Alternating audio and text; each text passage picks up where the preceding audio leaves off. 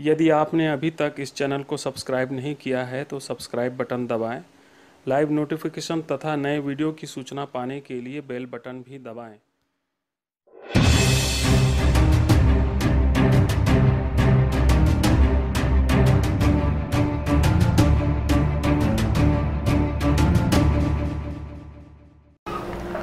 नमस्कार, जय भीम। जय Bhim. DMA India online YouTube channel में आपका हार्दिक स्वागत है। आज हम पर्सनैलिटी ऑफ द वीक की इस खास कड़ी में बातचीत करने जा रहे हैं दुर्गा झा से। जी हाँ, और दुर्गा झा मैडम, आपका इस कार्यक्रम में हार्दिक स्वागत है। आपका बहुत बहुत धन्यवाद। और इसके पहले कि मैं इनसे बातचीत आगे बढ़ाऊं, बताना चाहूँगा कि दुर्गा मैडम महिला मुद्दों से लेकर के अम्बेडकरवादी मुद्दे और तमाम प्रकार के मानव अधिकार के मुद्दों को लेकर के बहुत बढ़िया काम कर रही हैं और जनगीत भी गाती हैं। इनसे हम डिटेल में बातचीत करेंगे। दुर्गा मैडम, आप बताइए कि सबसे पहले, जैसे कि हमारे इस एपिसोड की परंपरा है कि कहाँ पर आपका जन्म हुआ, कैसे आप मुहिम की तरफ आई, इसके बारे में थोड़ा सा बताइए। मेरा जन्म तो पुरानी बस्ती रायपुर में हुआ है। अच्छा। और कहना चाहिए पुरानी बस्ती के उस मोहल्ले को मैथिल पारा के नाम से जाना जाता है। अच्छा अच्छा। वहाँ मेरा जन्म हुआ है जी। और मेरी प्रारंभिक शिक्षा भी कहना चाहिए कि पुरानी बस्ती के जो म्युनिसिपल स्कूल है, सरस्वती स्कूल बोलते हैं, अभी नवीन कन्या शाला हो गया है उसका नाम।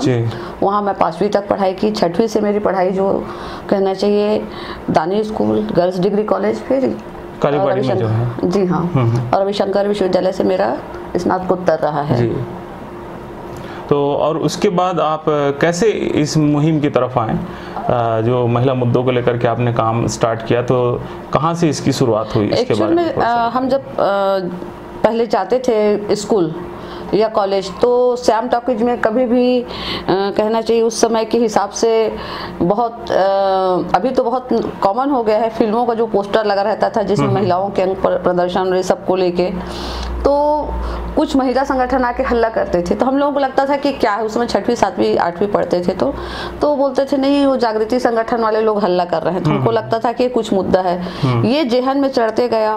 फिर एक प्रकार से कह सकते हैं कि जब हम छोटे थे, बाल्यावस्था में, हमने जयप्रकाश आंदोलन जी का जो मुहिम है, जिसको मीसा या इमरजेंसी आपातकाल के नाम से जानते हैं, हाँ। उसको भी मैंने बहुत करीब से देखा है। पुरानी बस्ती के इलाके में कर्फ्यू लगा था, जबरदस्ती मारपीट, पुलिस का अत्याचार, सब हमने देखा है। तो उसमें हमारे पिताजी और मोहल्ले के लोगों का इन्वॉल्वमेंट था। तो वो एक कहना चाहिए कि एक जुनून था कि कुछ करना है। उसके साथ साथ मेरे पिताजी का भी एक था कि जैसे मैं पढ़ाई कर रही थी तो बीच में कुछ ट्रेनिंग है, प्रशिक्षण है, तो भेजते थे। एमए के बाद मेरे पिताजी पूछे कि बेटी तोल क्या करना है, तो मैं बोली कि भैया बाजी मोला जो है कुछ ऐसे काम करना है जो थोड़ा हट के हो।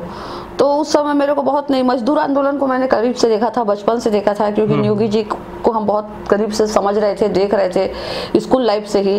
तो ट्रेड यूनियन को मैं समझती थी। तो मैं बोली कि ऐसा कुछ हो कि महिला और मजदूर का कुछ मुद्दा हो। तो फिर उस कड़ी में हमने काम की शुरुआत की जी। मतलब जो रेगुलर जो कहना चाहिए सतत काम जो है, एमए पढ़ते पढ़ते जो है मेरा इसमें इन्वॉल्वमेंट चालू हो गया था। मैं देखता हूं कि आप महिला मुद्दों को लेकर के बहुत अच्छा आप काम कर रही हैं, खास तौर पर जो गरीब महिलाएं हैं, दलित महिलाओं के ऊपर, और आपका अम्बेडकरी आंदोलन में भी एक खासा दखल है। और साथियों, ये भी बता दूं कि जो हमारे पर्सनैलिटी ऑफ द वीक की पूर्व कड़ी में डॉक्टर गोल्डी एम जॉर्ज से बात हो चुकी है, और गोल्डी एम जॉर्ज और दुर्गा मैडम जो हैं, ये इन्होंने लव मैरिज किया और दोनों मिल करके समाज सेवा पर काम कर रहे हैं। ये बड़ी खुशी की बात है। तो मैं चाहूँगा कि थोड़ा सा आप बताइए कि ये आप लोगों की मुलाकात कैसे हुई और कैसे शादी तक पहुंचा। मेरे ख्याल से थोड़ा पर्सनल जरूर है, लेकिन चूंकि मुहिम से जुड़े हुए हैं आप लोग, तो मेरा ख्याल है कि इस पर कुछ बातचीत हो जानी चाहिए। देखिए, हम लोग एक दूसरे को तो नाम से काफ़ी सालों से जानते हैं। थोड़ी पहचान कहना चाहिए हुई थी। नियोगी जी की जब हत्या हुई थी तो ये स्ट्रीट प्ले कर रहे थे, हम लोग भी कुछ कुछ प्रोग्राम में लगे हुए थे कि तो उसी दौरान हमारा जान पहचान हुआ था। लेकिन बहुत अच्छे से जान पहचान जब ये एकता परिषद के सेंट्रल कोऑर्डिनेटर थे भोपाल में, और मैं कुछ कुछ असाइनमेंट करती थी, जैसे मूल्यांकन या कुछ ट्रेनिंग, इस दरमियान मेरा आना जाना होते रहता था गांधी भवन में, तो हमारी दोस्ती वहीं हुई। और कहना चाहिए शादी भी गांधी भवन के कबीर हाल में हमने शादी किया है, भोपाल में। और हमारी शादी के जो गवाही कह सकते हैं, राजगोपाल पीवी जाने माने गांधीयन है, सब जानते हैं। गौतम बंदोपाध्याय जी, जिनको मैं बड़े भाई के समान, मतलब बड़े भाई ही हैं, वो रहे हैं। भार्गव जी रही हैं। रुक्मणी बहन जो गांधी भवन या सेवा के साथ हैं। ND Sharma ji Indian express में थे, वो थे। ऐसे तमाम तपन भट्टाचार्य जी, काफी लोग जो है हम लोगों के साक्षी रहे हैं। गवाही उन्होंने गवाही तो नहीं, लेकिन शादी हम एक गवाह बने उनके। हाँ, सामने में हमने एक सोशल गैदरिंग किया था। अच्छा। कबीर हॉल में। तामझाम तो था नहीं कुछ, बस कुछ गांधीयन थे, कुछ प्रोग्रेसिव लोग थे। तो इस तरीके से हम लोगों ने बस वहाँ जाके थोड़ी गैदरिंग की और हमारी शादी हो गई। और आप बहुत जोरों से जय भीम का नारा लगाते हैं और अम्बेडकरी मूवमेंट में भी आप जुड़े हुए हैं, तो बाबा साहब डॉक्टर अम्बेडकर की तरफ जो है वो कैसे आना हुआ, इसके बारे में कुछ बताइए। देखिए, मैं शुरू में ही बताई कि मेरा झुकाव ट्रेड यूनियन और महिला मुद्दों, क्योंकि मैं सोचती थी कि गरीब और अमीर, क्योंकि मेरा जहाँ लालन पालन हुआ है तो मैं उस हिसाब से गरीब और अमीर का ही खाई देखती थी ना। लेकिन जैसे जैसे मैं खास तौर से कहना चाहिए गोल्डी जी के संपर्क में आने के बाद मैंने क्लास और कास्ट दो नजरियों को मैंने समझने की कोशिश की, तो समझ में आया कि यहाँ का वर्किंग क्लास ही कास्ट है। हम देखते हैं तो अगर हम 100% ना भी कहें तो 98% जो है यहाँ का कास्ट ही क्लास है। अब मतलब मजदूर आंदोलन में भी अगर आप देखेंगे, अगर आपका कास्ट नहीं है तो जब तक हम नारे लगा रहे हैं, लड़ाई लड़ रहे हैं, तब तक साथी एक होते हैं। लेकिन जैसे ही हम अपने परंपरागत गांव में जाते हैं तो बहुत अच्छी दोस्ती भी कहीं ना कहीं एक खिंचाव रहता है, सामाजिक में कास्ट का असर उसमें रहता है। तो हमारे कुछ साथी लोग बोलते थे कि जैसे जो कोल माइनिंग में काम कर रहे हैं, वहाँ के मजदूर जब गांव में जाते थे तो अगर अपर कास्ट के यहाँ शादी है तो जो दलितों को नहीं बुलाते हैं, क्योंकि उनका समाज, जबकि दोनों अच्छे दोस्त हैं और वो दोनों का, तो मुझे लगता है कि खाली क्लास की लड़ाई लड़ने से हम समता की बात नहीं कर सकते हैं। तो जब हमको समता मूलक समाज की स्थापना करना है तो वर्ग और जाति की लड़ाई को साथ साथ लड़नी पड़ेगी। बिल्कुल, इसीलिए डॉक्टर अम्बेडकर की जो विचारधारा है उसको समझना होगा। उसको समझने की मैं कोशिश की। गोल्डी जी के आप पूछे ना, तो मैं बता रही हूँ कि मतलब गोल्डी जी के साथ आने के बाद मैंने इसको समझना चालू किया। तब मैं लगी कि मैं शायद एक तरफा ही सोच रही थी, मेरी सोच एकात्म थी, तो मुझे बहु आयामी धारा की ओर जाना है, तो अम्बेडकर को समझना बहुत जरूरी है। जी जी, बिल्कुल सही कहा आपने। और दुर्गा जी, मैं देखता हूँ कि अभी क्या होता है कि जो लव मैरिज के बारे में ही बातचीत करने जा रहा हूँ मैं, कि आजकल जो इंटरकास्ट मैरिज भी करते हैं तो कहीं ना कहीं उसमें भी वो कास्ट देखते हैं, माने सवर्ण है तो सवर्ण से ही शादी करेगा, और फिर वैसे ही होता है जैसे कि नखून कटा करके शहीद हो जाना जैसे। तो आप क्या मानते हैं कि ये कहाँ तक सही है? क्योंकि बहुत सारे एक्टिविस्ट हैं जो कि कास्ट देख करके भी शादी करते हैं। ये तो मेरा शुरू से सवाल रहा है कि जब हम, बाबा साहब ने कहा भी है ना कि जाति बंधन को अगर तोड़ना है तो रोटी बेटी का संबंध होना चाहिए, तभी हम समता मूलक समाज की स्थापना करेंगे।